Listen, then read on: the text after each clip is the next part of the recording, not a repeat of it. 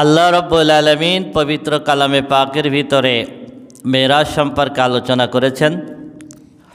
রাসূল আকরাম সাল্লাল্লাহু আলাইহি ওয়াসাল্লামের হাদিসে মেরাজ সম্পর্কে আলোচনা আছে। এই জন্য মেরাজ বিশ্বাস করার নাম হলো ঈমান। আল্লাহ রাব্বুল আলামিন পবিত্র কালামে পাকের ভিতর ইরশাদ ফরমান, সুবহানাল্লাযী আসরা বিআবদিহি লাইলাম মিনাল মাসজিদিল হারাম ইলাল মাসজিদিল আকসা। পবিত্র সেই আল্লাহ যিনি তার বান্দাকে রাতের কিছু অংশে ভ্রমণ করিয়েছেন মসজিদুল হারাম থেকে মসজিদুল আকসা পর্যন্ত। আল্লাহ রাব্বুল আলামিন এই আয়াতের শুরুতে বলতেছেন যে তিনি পবিত্র আল্লাহ যিনি তার বান্দাকে ভ্রমণ করিয়েছেন। তাহলে মিরাজের ঘটনাটা ঘটিয়েছেন কে? আল্লাহ। মিরাজের ঘটনা এমন স্বাভাবিক দৃষ্টিতে অবিশ্বাস্য মনে হয়। রাসূল আকরাম সাল্লাল্লাহু আলাইহি সাল্লাম বলেন যে এক রাতের কিছু সময়ের ভিতরে আমি মসজিদে হারাম থেকে মক্কা, মসজিদুল আকসা ফিলিস্তিন, এরপরে প্রথম আসমান, দ্বিতীয় আসমান, তৃতীয় আসমান, চতুর্থ আসমান, পঞ্চম আসমান, ষষ্ঠ আসমান, সপ্তম আসমান, সিদরাতুল মুনতাহা, আল্লাহর সঙ্গে সাক্ষাৎ করে আবার জমিনের বুকে ফিরে এসেছি। এটা যখন বললেন, এটা স্বাভাবিক আমাদের জেহেনে এটা অবিশ্বাস্য মনে হয়। যেহেতু এটা অবিশ্বাস্য মনে হয়, এই জন্য আল্লাহ রাব্বুল আলামিন বলতেছেন, ভ্রমণ আমার বান্দাকে আমি আল্লাহ নিজেই করিয়েছি। কে করিয়েছেন? আল্লাহ। আর আল্লাহর পক্ষে কোনো কিছু অসম্ভব, কোনো কিছু অসম্ভব না। এই জন্য মেরাজ বিশ্বাস করার নাম হলো ঈমান। যে ব্যক্তি মেরাজকে বিশ্বাস করবে না, সে আল্লাহ রাব্বুল আলামিনের সক্ষমতাকে বিশ্বাস করে না। নাউজুবিল্লাহ। এই জন্য আবু জাহাল আবু বকর সিদ্দিক রাদিয়াল্লাহু তাআলা আনহুকে এসে যখন বললেন যে তোমার বন্ধু মুহাম্মদ কি বলতেছে শুনছো, সে নাকি এক রাতের ভিতরে সব ঘুরে চলে আসছে। আবু বকর সিদ্দিক রাদিয়াল্লাহু তাআলা আনহু সাথে সাথে বললেন, মুহাম্মদ রাসূলুল্লাহ সাল্লাল্লাহু আলাইহি ওয়াসাল্লাম যখন বলেছেন, তখন রাসূল আকরাম সাল্লাল্লাহু আলাইহি ওয়াসাল্লাম যেহেতু বলেছেন, সেহেতু এটা সত্য, এর ভিতরে কোনো সন্দেহ নাই। এই জন্য রাসূল আকরাম সাল্লাল্লাহু আলাইহি ওয়াসাল্লাম আবু বকর সিদ্দিক রাদিয়াল্লাহু তাআলা আনহুকে সিদ্দিক উপাধি দিয়েছিলেন। আমি আগে আলোচনা করতেছি, সিদ্দিকের ভিতরে তিনটা গুণ থাকতে হয়। কয়টা গুণ? এক নাম্বার, ঈমান এবং আমলে পরিপূর্ণ থাকতে হয়। দুই নম্বর, আল্লাহর কথা, রসুলের কথা কোনো রকমের যুক্তি তর্ক ছাড়া বিনা দ্বিধায় মেনে নিতে হয়।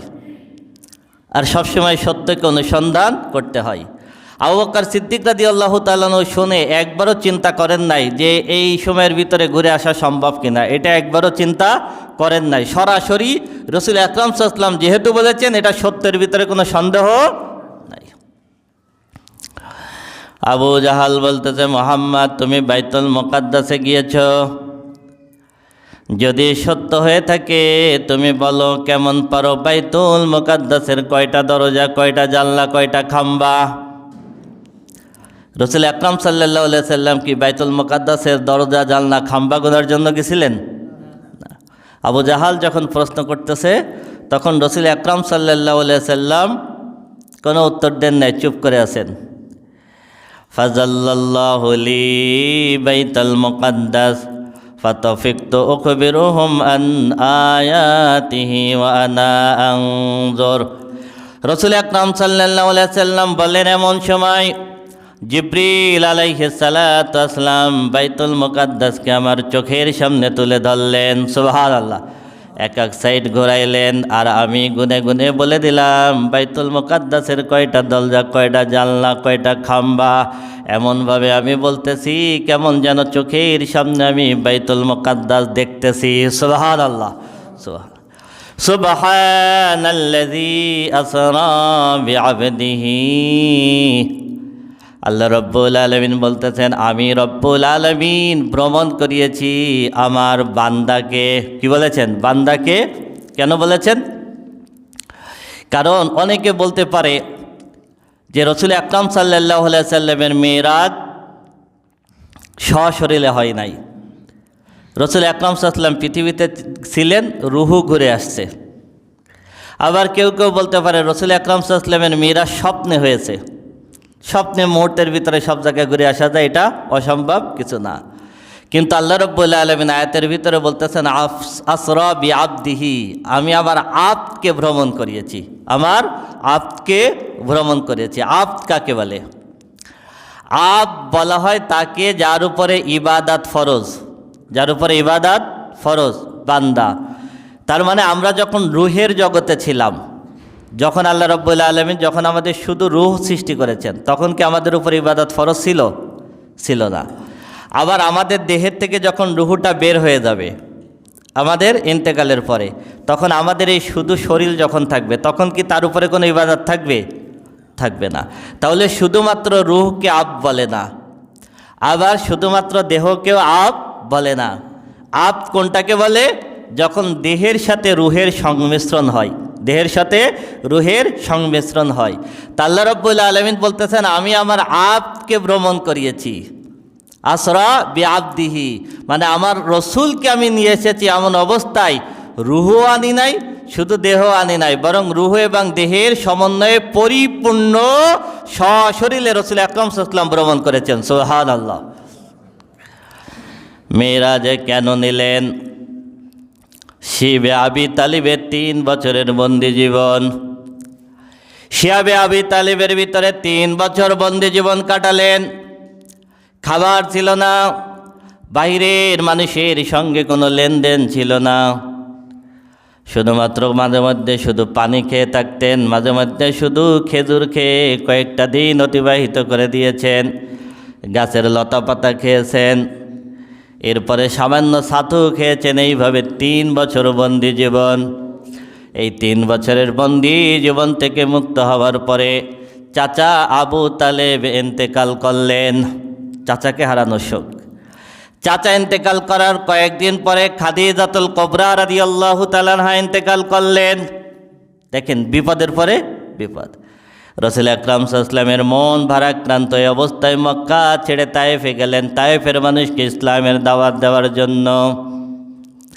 তায়েফের মানুষ ইসলাম গ্রহণ করল না, পাথর মারল, রক্তাক্ত করল, জুতা মোবারক রক্তে পরিপূর্ণ হয়ে গেল। রাসূল আকরাম সাল্লাল্লাহু আলাইহি ওয়াসাল্লাম বেহুশ হয়ে গেলেন। এত পাথর মারল তায়েফের মানুষ, ইসলাম গ্রহণ করল না। তায়েফ থেকে রাসূল আকরাম সাল্লাল্লাহু আলাইহি ওয়াসাল্লাম ফিরে আসলেন। দেখেন, শিবে আবি তালেবের 3 বছরের বন্দি জীবন, আবু তালেবের ইন্তেকাল, খাদিজাতুল কুবরা রাদিয়াল্লাহু তাআলা আনহার ইন্তেকাল, তায়েফের মানুষের ইসলাম গ্রহণ না করা, উল্টা পাথর মারা। এই ভারাক্রান্ত অবস্থায় রাসূল আকরাম সাল্লাল্লাহু আলাইহি সাল্লামকে সান্ত্বনা দেওয়ার জন্য আল্লাহ রাব্বুল আলামিন নিজের কাছে ডেকে নিয়ে গেলেন। সুবহানাল্লাহ। নিজের কাছে ডেকে নিয়ে গেলেন। কোথা থেকে গিয়েছিলেন? রাসূল আকরাম সাল্লাল্লাহু আলাইহি সাল্লাম বলেন, উম্মে হানির গৃহে আমি ঘুমাইছিলাম। মসজিদে হারাম শরীফ থেকে মাতাফে নামতে গেলে আব্দুল আজিজ গেট, আব্দুল আজিজ গেটে ওইখানে কয়েকটা খুঁটির একটা খুঁটিতে পিঙ্ক কালার করা আছে। এই জায়গায় ছিল উম্মে হানি রাদিয়াল্লাহু তাআলা আনহার ঘর। রাসূল আকরাম সাল্লাল্লাহু আলাইহি সাল্লাম এই ঘরের ভিতরে ঘুমাইছিলেন। জিবরিল আলাইহিস সালাতু ওয়াস সালাম, মিকাইল আলাইহিস সালাতু ওয়াস সালাম 2 জন আসলেন। হঠাৎ করে এই ঘরের ছাদ ফাঁকা হয়ে গেল। 2 জন আসলেন, রাসূল আকরাম সাল্লাল্লাহু আলাইহি ওয়াসাল্লামকে ঘুম থেকে তুললেন, তুলে ওইখান থেকে নিয়ে গেলেন কাবার হাতিমে। কোথায়? কাবার হাতিম। কাবা ঘরের হাতিম হলো কাবা ঘরের যে অংশটা আলাদা দেয়াল দিয়ে ঘেরা। এটা একসময় কাবা ঘরের ভিতরে ছিল, পরবর্তীতে কাবাকে ছোট করার কারণে ওই অংশটা কি হয়ে গেছে? বাইরে চলে গেছে। রাসূল আকরাম সাল্লাল্লাহু আলাইহি ওয়াসাল্লাম বললেন, আমাকে কাবার হাতিমে আনা হলো। কাবার হাতিমে আনার পরে আমার গলার এইখান থেকে এই নাভি পর্যন্ত ফেড়ে ফেলা হলো। রাসূল আকরাম সাল্লাল্লাহু আলাইহি ওয়াসাল্লামের সিনা সাক এইখান থেকে এই পর্যন্ত খুলে ফেলা হলো। খুলে ফেলার পরে ভিতরে যা কিছু আছে সব কিছু, এই নাড়ি কলিজা সব কিছু বের করে জান্নাত থেকে আনা একটা স্বর্ণের থালায় রাখা হলো। সুবহানাল্লাহ। এরপরে জমজমের পানি দিয়ে ধুয়ে মুছে পরিষ্কার করে ঈমান হিকমা দিয়ে আল্লাহ রাব্বুল আলামিন ভিতরটা পরিষ্কার করে দিলেন। সুবহানাল্লাহ। পূর্ণ করে দিলেন। এরপরে আবার সব কিছু ভিতরে ঢুকে সেট করে দেওয়া হলো। আনাস রাদিয়াল্লাহু তাআলা আনহু বলেন, আনাস রাদিয়াল্লাহু তাআলা আনহু قال وقد كنت أرى أسر المكيت في صدره صلى الله عليه وسلم। আনাস রাদিয়াল্লাহু তাআলা আনহু রাসূল সাল্লাল্লাহু আলাইহি 10 বছরের খাদেম। তিনি বলেন, আমি নিজে রাসূল আকরাম সাল্লাল্লাহু আলাইহি সাল্লামের বুকে বক্ষ বিদীর্ণের চিহ্ন দেখেছি। সুবহানাল্লাহ। বক্ষ বিদীর্ণের আগে মানুষ এটা বিশ্বাস করা কঠিন মনে হতো মানুষের কাছে, কিন্তু এখন সহজ, কারণ এখন ওপেন হার্ট সার্জারি হচ্ছে, তাই না? একেবারে ফেরে ফেলতেছে, আবার লাগাই দিচ্ছে। তো পৃথিবীর ডাক্তাররা যদি পারে, তাহলে আল্লাহর নির্দেশে জিবরিল আলাইহিস সালাম এটা পারেন না? সুবহানাল্লাহ। عن أنس رضي الله تعالى عنه قال قال رسول الله صلى الله عليه وسلم أتي بالبراق ليلة أسري بي। রাসূল আকরাম সাল্লাল্লাহু আলাইহি সাল্লাম বলেন, যেই রাতে আমার ভ্রমণ হয়েছে, আমার বক্ষ বিদীর্ণের পরে আমার কাছে একটা বুরাক আনা হলো। কি আনা হলো? একটা বুরাক আনা হলো। হুয়া দাব্বাতুন, এটা হলো একটা জন্তু। আবিয়াদুন, ধবধবে সাদা। তবিলু মা ফাওকাল হিমারি ওয়া দুনাল বাগাল, যেটা গাধার থেকে একটু বড়, খচ্চরের থেকে একটু ছোট। ইয়াদাউ হাফিরাহু ইনদা মুনতাহা তরফিহি। বুরাকের গতি কত ছিল দেখেন। এই মেরাজের ঘটনা আগে মানুষ বলতো, এটা বিজ্ঞান বলতো এটা কোনো অবস্থাতেই সম্ভব না যে একজন মানুষের মধ্যাকর্ষণ শক্তি ভেদ করে উপরের দিকে যাওয়া একজন মানুষের দ্বারা কোনো অবস্থাতেই সম্ভব না।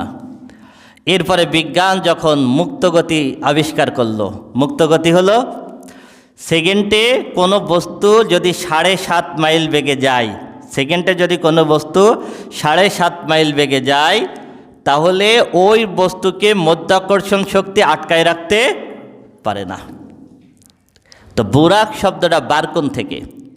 বারকুন শব্দের অর্থ হলো বিদ্যুৎ। বারকুন শব্দের অর্থ কি? বিদ্যুৎ। এরপরে বিজ্ঞান আবিষ্কার করলো বিদ্যুতের গতি হলো সেকেন্ডে 1,86,000 মাইল। 1,86,000 মাইল। তাহলে সেকেন্ডে 7.5 মাইল বেগে কোনো কিছু গেলে তাকে মধ্যাকর্ষণ শক্তি আটকায় রাখতে পারে না। তো বুরাকের গতি যদি সেকেন্ডে 1,86,000 মাইল বেগে যায়, তাহলে সেটা কি মধ্যাকর্ষণ শক্তি আটকায় রাখতে পারে? আর রাসূল আকরাম সাল্লাল্লাহু আলাইহি সাল্লাম বললেন, ইয়াদাউ হাফিরাহু ইনদা মুনতাহা তরফিহি। বুরাকের গতি ছিল মানুষের দৃষ্টির গতির সমান। সুবহানাল্লাহ। মানুষের দৃষ্টির গতি কি? মানুষের দৃষ্টির গতি হলো আপনি চোখ বন্ধ করলেন, এরপরে আপনি চোখ খুললেন, মুহূর্তের ভিতরে আপনার চোখের দৃষ্টি কত দূর যাবে? তো বুরাক মুহূর্তের ভিতর অত দূর পর্যন্ত চলে যেত। সুবহানাল্লাহ, সুবহানাল্লাহ। এই বুরাকের পিঠে চড়ে রাসূল আকরাম সাল্লাল্লাহু আলাইহি সাল্লাম এবং জিবরিল আলাইহিস সালাতু ওয়াস সালাম রওনা দিলেন মিনাল মসজিদিল হারাম ইলাল মসজিদিল আকসা। সুবহানাল্লাহ। আল্লাহ রাব্বুল আলামিন ইচ্ছা করলে ওইখান থেকে সরাসরি উপরে নিতে পারতেন, পারতেন না? একবার কাবাগরের ওখান থেকে সরাসরি উপরে নিতে পারতেন। তা না নিয়ে মদিনা হয়ে মসজিদুল আকসা হয়ে মসজিদুল আকসার থেকে উপরে নিয়েছেন। কেন? কারণ সরাসরি উপরে নিলে রাসূল আকরাম সাল্লাল্লাহু আলাইহি ওয়াসাল্লাম এসে যখন বলতেন, তখন পৃথিবীতে এর কোনো প্রমাণ থাকতো না। যেমন আবু জাহাল জিজ্ঞেস করেছিল বাইতুল মুকাদ্দাসের কয়টা দরজা, কয়টা জানলা, কয়টা খাম্বা।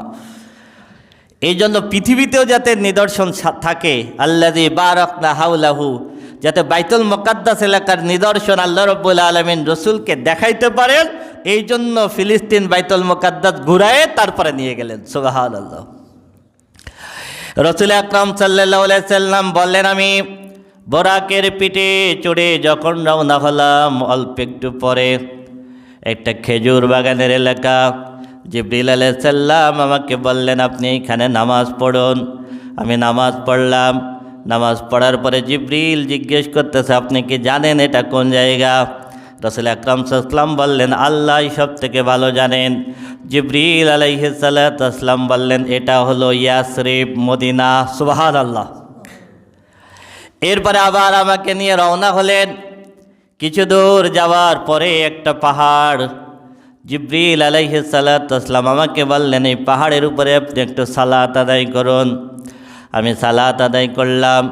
করার পরে জিবরিল জিজ্ঞেস করতেছেন, আপনি কি জানেন এটা কোন পাহাড়? আমি বললাম, আল্লাহ সব থেকে ভালো জানেন।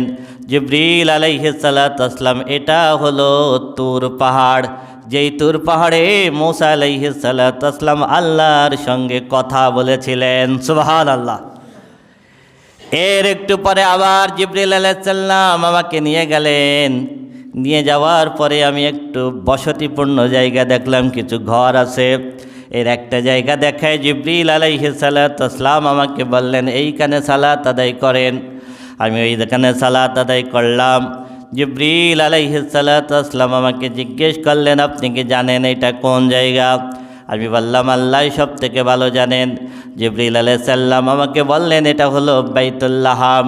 এইখানে হযরতে মারিয়াম আলাইহিস সালাতু ওয়াস সালাম ঈসা আলাইহিস সালাতু ওয়াস সালামকে পৃথিবীর বুকে ভূমিষ্ঠ করেছিলেন। সুবহানাল্লাহ। মিনাল মসজিদিল হারাম ইলাল মসজিদিল আকসাল্লাযী বারাকনা হাওলাহু লিনুরিয়াহু মিন আয়াতিনা। আল্লাহ রাব্বুল আলামিন বলেন, আমার হাবিবকে আমি মসজিদ হারাম থেকে মসজিদুল আকসায় নিয়ে গিয়েছিলাম, যাতে করে এই পথে আমি আল্লাহর যেই নিদর্শনগুলো আছে, এই নিদর্শনগুলো যেন আমি আমার রসুলকে দেখাইতে পারি। সুবহানাল্লাহ। এরপরে জিবরিল আমাকে নিয়ে গেলেন বাইতুল মুকাদ্দাস। কোথায়? বাইতুল মুকাদ্দাস, মুসলমানদের প্রথম কিবলা।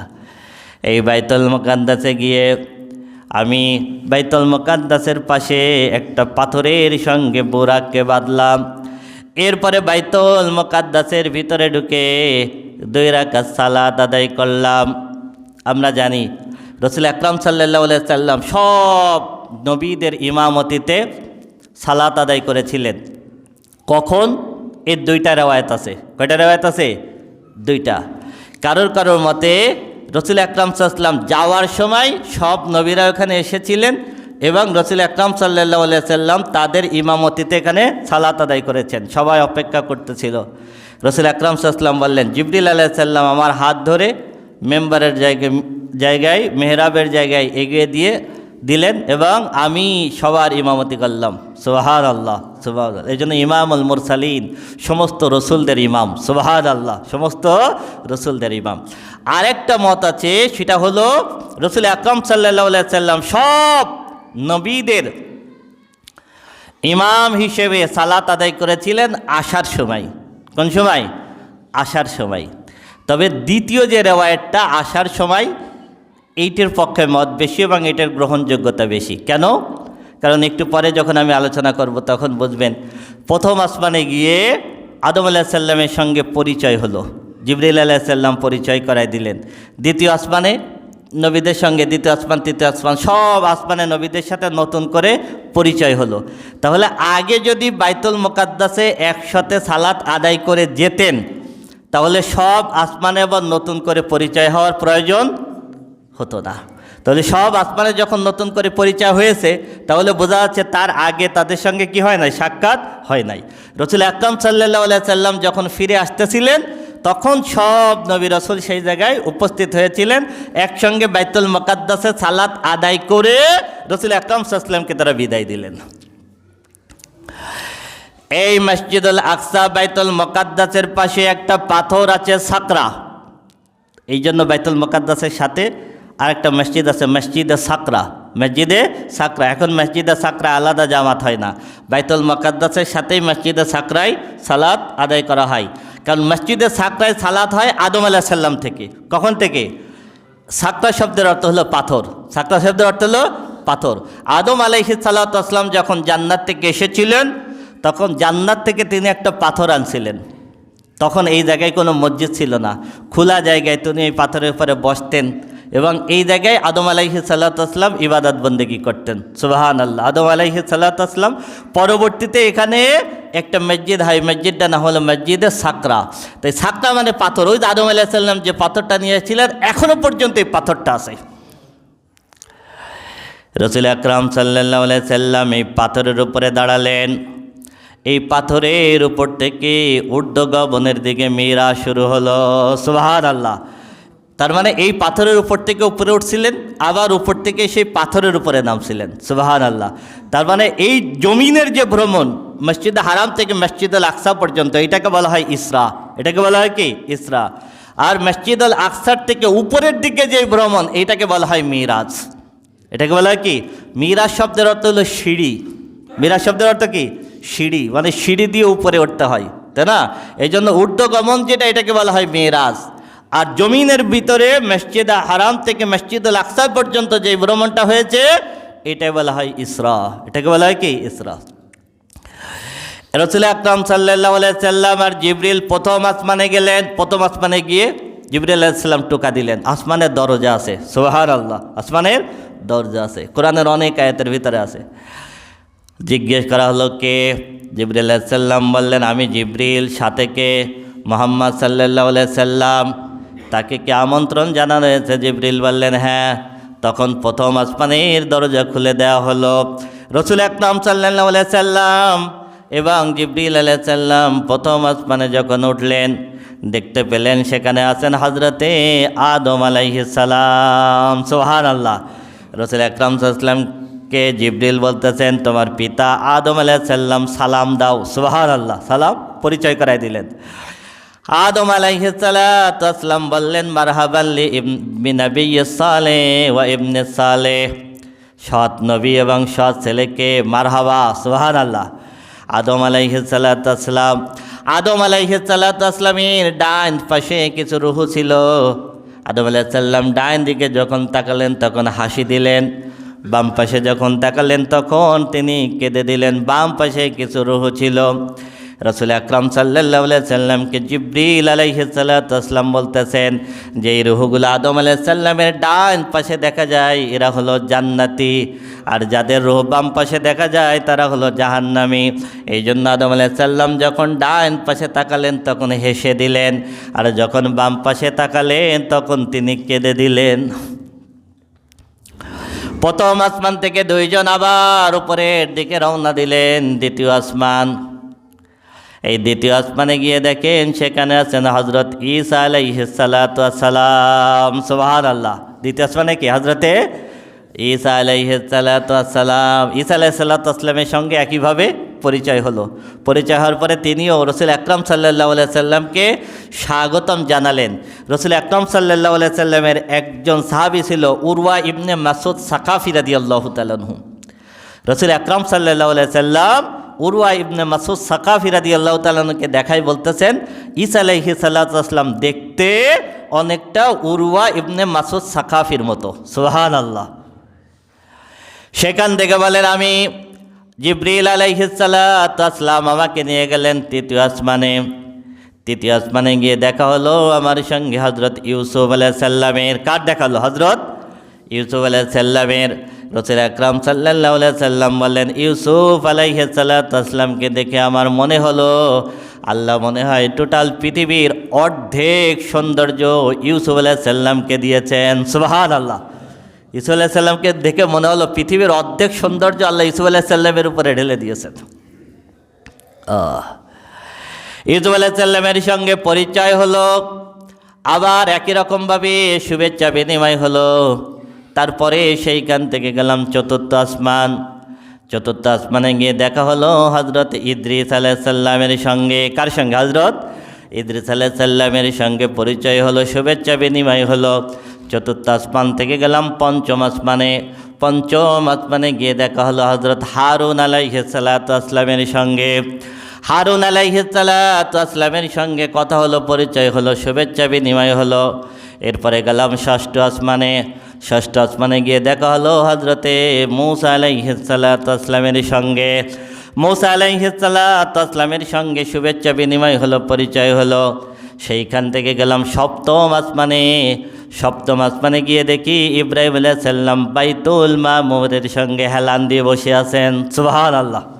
সপ্তম আসমান, একেবারে কাবা ঘরের ঠিক সোজা 7 আসমানের উপরে একটা মসজিদ আছে। এই মসজিদটা না হলো বাইতুল মামুর। কাবা হলো আমাদের মুসলমানদের তাওয়াফ করার জায়গা, আর সপ্ত আসমানের উপরে বাইতুল মামুর তাওয়াফ করেন ফেরেশতারা। কারা তাওয়াফ করেন?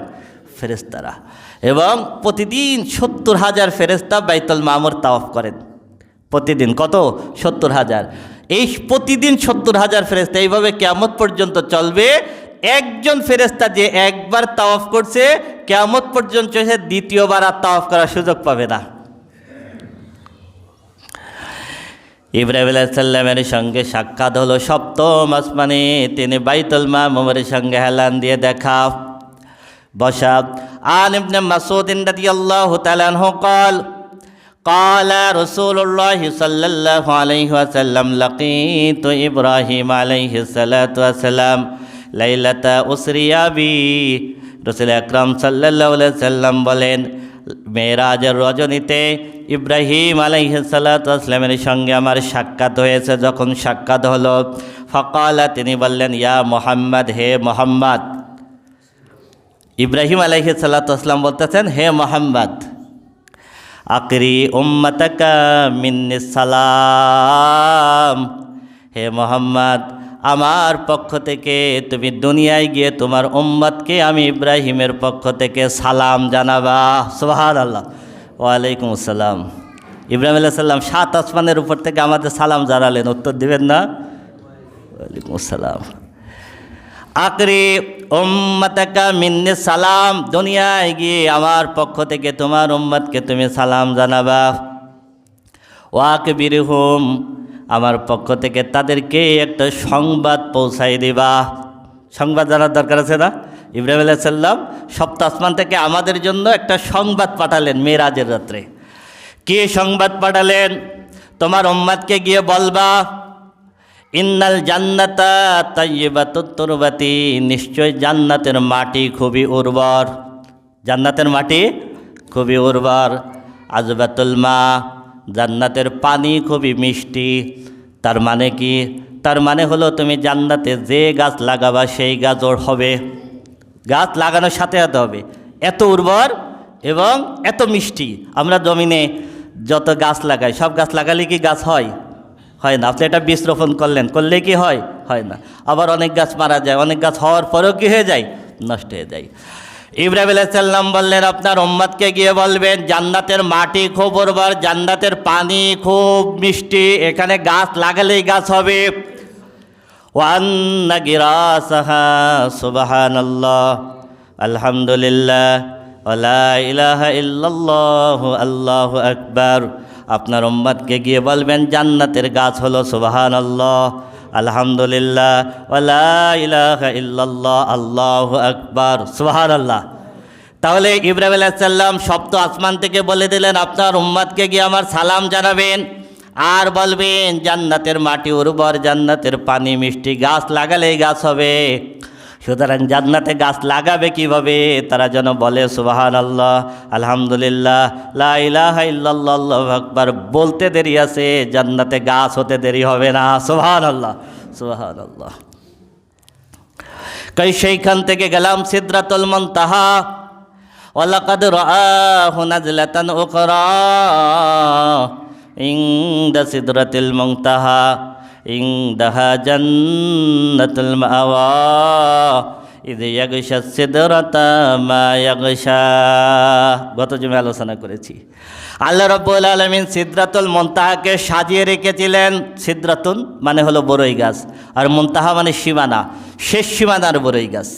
এই বড়ই গাছের ফলগুলো বেশ বড় বড়, পাতা হলো হাতির কানের মতো বড় বড়, মানে আমাদের পৃথিবীর বড়ই গাছের মতো না। আল্লাহ রাব্বুল আলামিন সিদরাতুল মুনতাহাকে সাজানোর মতো করে সাজিয়ে রেখেছিলেন। সুবহানাল্লাহ। রাসূল আকরাম সাল্লাল্লাহু আলাইহি ওয়াসাল্লাম বলেন, আমি সিদরাতুল মুনতাহার গোড়া থেকে 4টা নদী প্রবাহিত হতে দেখেছি।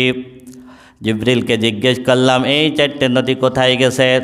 জিবরিল আলাইহিস সালাম বললেন দুইটা নদী পৃথিবীর বুকে গেছে, একটা হলো নীল আর একটা ফোরাত, সুবহানাল্লাহ।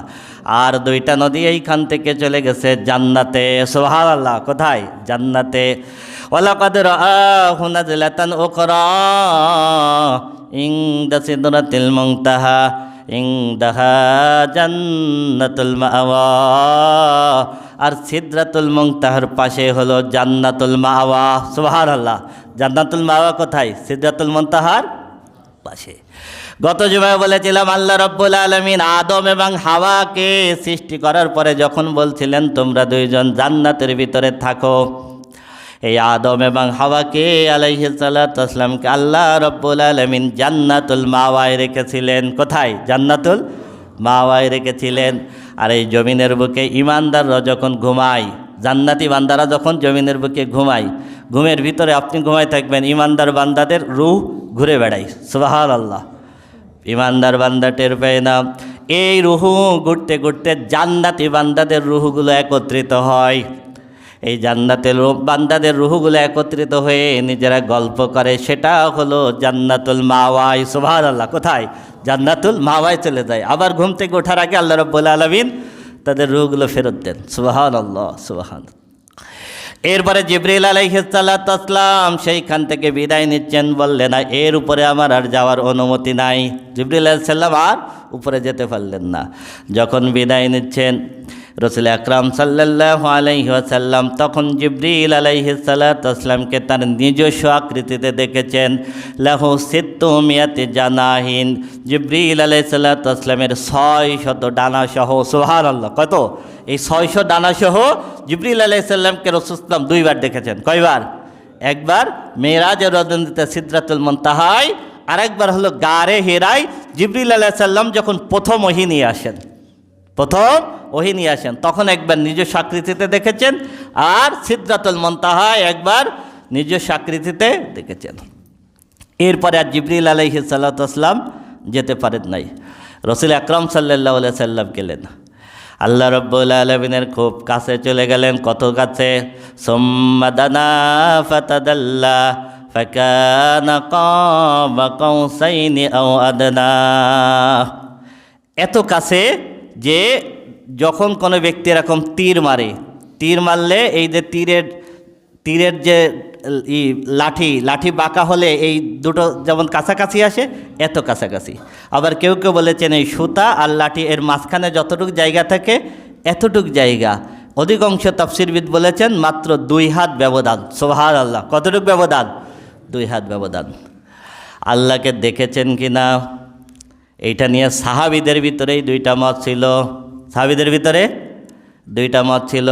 আল্লাহকে দেখেন নাই এই পক্ষে মত আয়েশা সিদ্দিকা রাদিয়াল্লাহু তাআলা আনহা এবং ইবনে মাসউদ রাদিয়াল্লাহু তাআলা আনহু বলেছেন রাসূল আকরাম সাল্লাল্লাহু আলাইহি ওয়াসাল্লাম আল্লাহর কাছে গেছেন, মাঝখানে পর্দা ছিল, আল্লাহকে দেখেন নাই। তারা দলিল দিয়েছে লা তুদরিকুহুল আবসার ওয়া হুয়া ইউদরিকুল আবসার। মানুষের চোখ দিয়ে আল্লাহকে দেখা যায় না, কিন্তু আল্লাহ আমাদেরকে দেখেন। আবার ইবনে আব্বাস রাদিয়াল্লাহু তাআলা আনহু এবং আনাস রাদিয়াল্লাহু তাআলা আনহুর মত হলো রাসূল আকরাম সাল্লাল্লাহু আলাইহি সাল্লাম আল্লাহকে দেখেছেন। মানুষের চোখ দিয়ে দেখা যায় না, কিন্তু রসুলের জন্য সেটা ছিল ভিন্ন। মুসনাদে আহমদের ভিতরে হাদিস আছে ইবনে আব্বাস রাদিয়াল্লাহু তাআলা আনহু থেকে, রাআইতু রব্বি তাবারাকা ওয়া তাআলা, আমি আমার রবকে নিজের চোখে দেখেছি। এখন দেখেছেন কি দেখেছেন না, যেহেতু সাহাবীদের ভিতরে 2টা মত ছিল, এর জন্য আমরা একেবারে ফাইনালি বলবো না যে দেখেছেন, অথবা এমনটাও বলবো না দেখেন নাই। যেহেতু সাহাবীদের ভিতরে 2টা মত ছিল, সুতরাং আল্লাহই ভালো জানেন, আল্লাহই ভালো জানেন।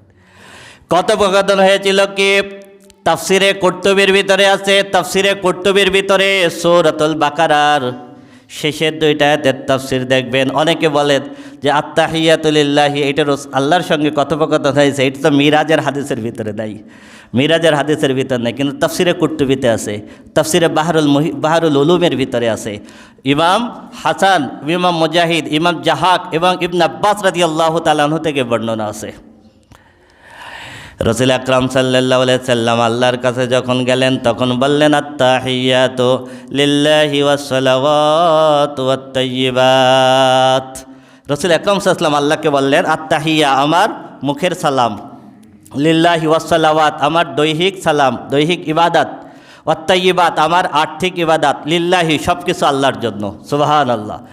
এরপর আল্লাহ রাব্বুল আলামিন বললেন, আসসালামু আলাইকা আইয়ুহান নাবিয়্যু ওয়া রাহমাতুল্লাহি ওয়া বারাকাতুহু, হে আমার রসুল, আমার নবী, আপনার উপরে আমার সালাম, বরকত এবং রহমত, সালাম, বরকত এবং রহমত। আল্লাহ রাব্বুল আলামিন আসসালামু আলাইকা শুধু রসুলকে বললেন।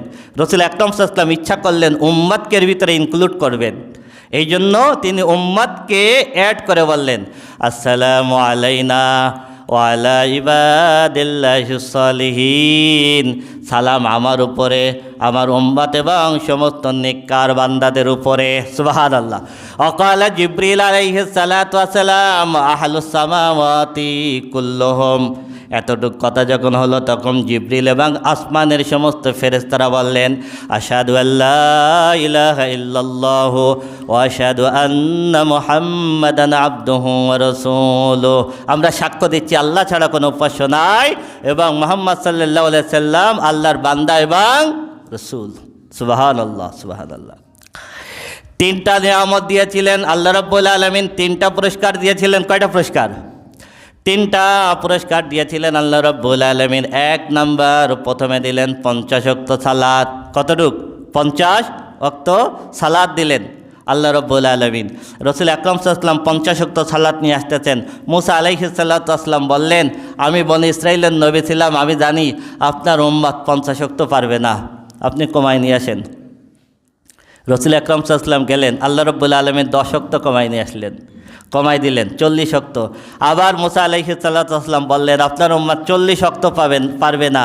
রসুল আকরাম সাল্লাল্লাহু আলাইহি ওয়াসাল্লাম গেলেন, আল্লাহ আরও 10 ওয়াক্ত কমাই দিলেন 30। এরপর আবার গেলেন, আবার 10 ওয়াক্ত কমাই দিলেন 20। আবার গেলেন, আবার আল্লাহ 10 ওয়াক্ত কমাই দিলেন 10। এরপরে মুসা আলাইহিস সালাম বলতেছেন, আবার যান, পারবে না। আল্লাহ রাব্বুল আলামিন আরও 5 ওয়াক্ত কমাই দিয়ে দিলেন। কয় ওয়াক্ত? 5 ওয়াক্ত। এরপরে মুসা আলাইহিস সালাম বলতেছেন, তাও আপনার উম্মত পারবে না, আপনি আবার যান। আল্লাহর হাবিব বলতেছেন 50 ওয়াক্ত থেকে আল্লাহ রব্বুল আলামিন কমাইতে কমাইতে 5 ওয়াক্ত দিয়েছেন। এবার আবার আল্লাহর কাছে যাইতে আর লজ্জা করতেছে, আমি আর যাব না, আর কমাবো না, আমি 5 ওয়াক্ত উম্মতের জন্য সন্তুষ্ট চিত্তে নিয়ে নিলাম। আল্লাহ রব্বুল আলামিন রসুলকে জানাই দিলেন, হে আমার হাবিব, 50 ওয়াক্ত থেকে কমায় 5 ওয়াক্ত দিলাম, কিন্তু সওয়াব কমায় নাই। আপনার উম্মত যদি 5 ওয়াক্ত সালাত আদায় করে, আমি আপনার উম্মতের আমল নামে 50 ওয়াক্ত নামাজের সওয়াব দিয়ে দেব, সুবহানাল্লাহ। মিরাজের রাত্রে নামাজ পাইছি, সে নামাজই যদি না পড়ি, মিরাজ আলোচনা করে কোনো লাভ আছে বলেন? হ্যাঁ,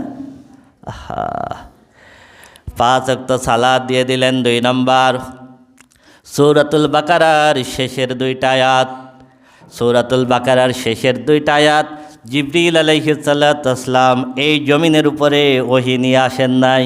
কোরআনের সব আয়াত জিবরিল আলাইহিস সালাম ওহী নিয়ে আসছেন, 2টা আয়াত রাসূল আকরাম সাল্লাল্লাহু আলাইহি ওয়াসাল্লাম আরশে আজিম থেকে নিয়ে আসছেন।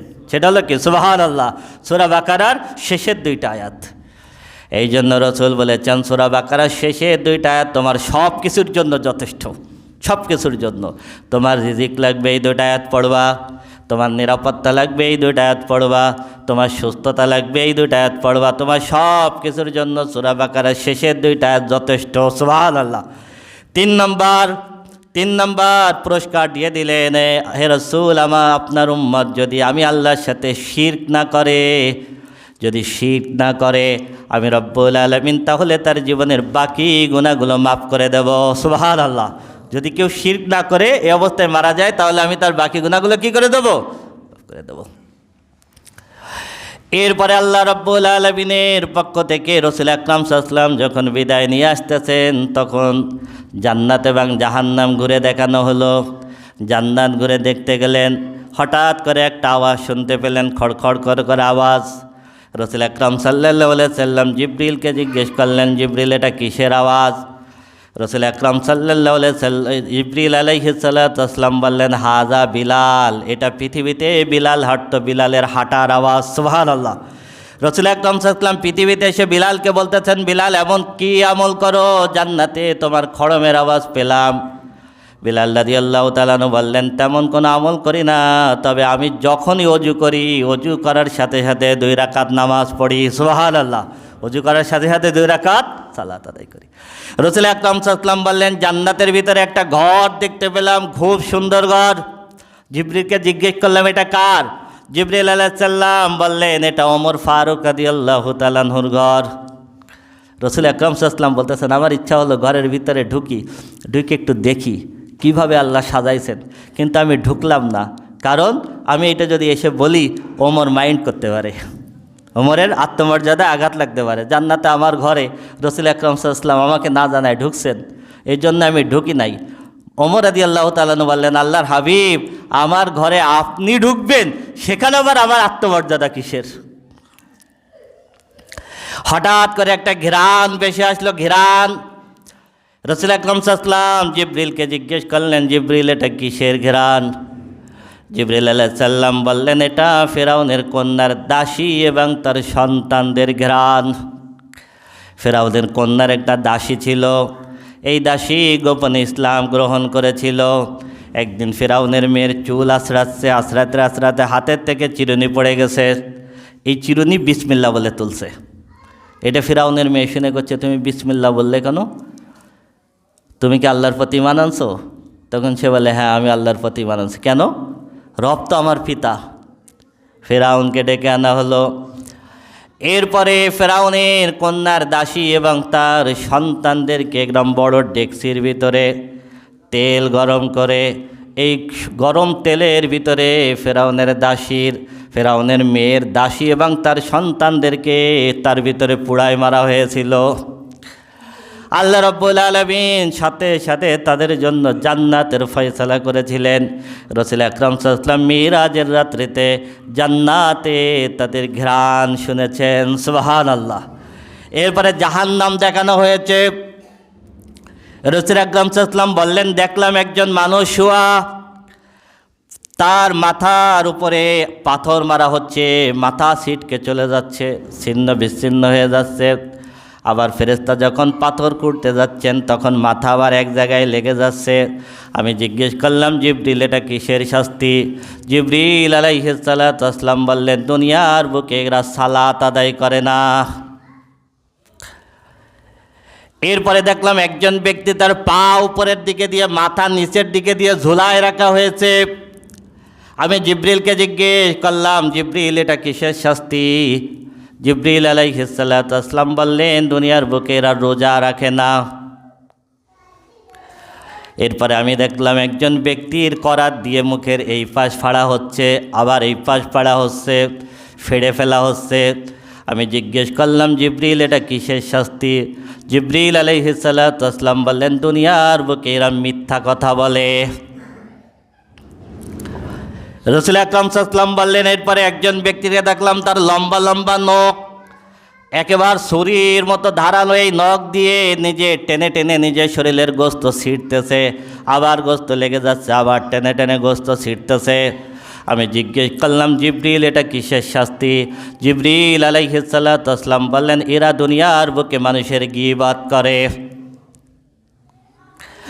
এরপর একজন ব্যক্তিকে দেখলাম, তার বিশাল বড় পেট, ঘরের মতো একটা পেট, পেটের ভিতরে সাপ কিলবিল করতেছে, বাহির থেকে দেখা যাচ্ছে।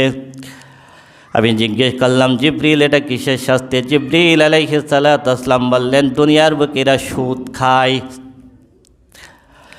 এরপরে দেখলাম একজন ব্যক্তি রক্ত পোদ এইরকম একটা নদীর ভিতরে হাবুডুবু খাচ্ছে। সাঁতরায় যখন কোলের দিকে আসতেছে, তখন তাকে পাথর মারা হচ্ছে, আবার সেই রক্তপুজের ভিতরে সে ডুবে যাচ্ছে। আমি জিজ্ঞেস করলাম, জিবরিল, এটা কিসের শাস্তি? জিবরিল আলাইহিস সালাম বললেন, এরা পৃথিবীর বুকে অন্যায়ভাবে মানুষের রক্ত চুষে মানুষের সম্পদ ফাঁকি দিয়ে খায়। এরপরে আমি দেখলাম তন্দুর রুটি চুলা, দেখছেন না? তন্দুর রুটির এরকম চুলার ভিতরে যে রুটি থাকে, এরকম একটা বিশাল চুলার ভিতরে দাও দাও করে আগুন জ্বলতেছে, আর তার ভিতরে কিছু উলঙ্গ পুরুষ এবং নারীদেরকে এরকম ঘোরানো হচ্ছে। এই ঘোরানো অবস্থায় তারা একবার ভাজা ফ্রাই হয়ে যাচ্ছে। আমি জিজ্ঞেস করলাম, জিবরিল আলাইহিস সালাতু ওয়াস সালাম, এটা কিসের শাস্তি? জিবরিল আলাইহিস সালাতু আসসালাম বললেন, এরা হলো দুনিয়ার বুকে জিনা করে। আমার রসুলকে জান্নাতের নিয়ামত দেখিয়ে দিয়েছেন, পাপ করলে জাহান্নামের শাস্তিগুলো আল্লাহ দেখায় দিয়েছেন মেরাজের রজনীতে। যেই পুরস্কারগুলো দিয়েছেন, যেই নিয়ামতগুলো দেখিয়েছেন, আর যেই শাস্তিগুলো দেখিয়েছেন, আল্লাহ রাব্বুল আলামিন আমাদের হেফাজত করুক, আমিন। আল্লাহ রাব্বুল আলামিন মিরাজ থেকে আমাদের শিক্ষা গ্রহণ করার তৌফিক দেন, আমিন। আখিরে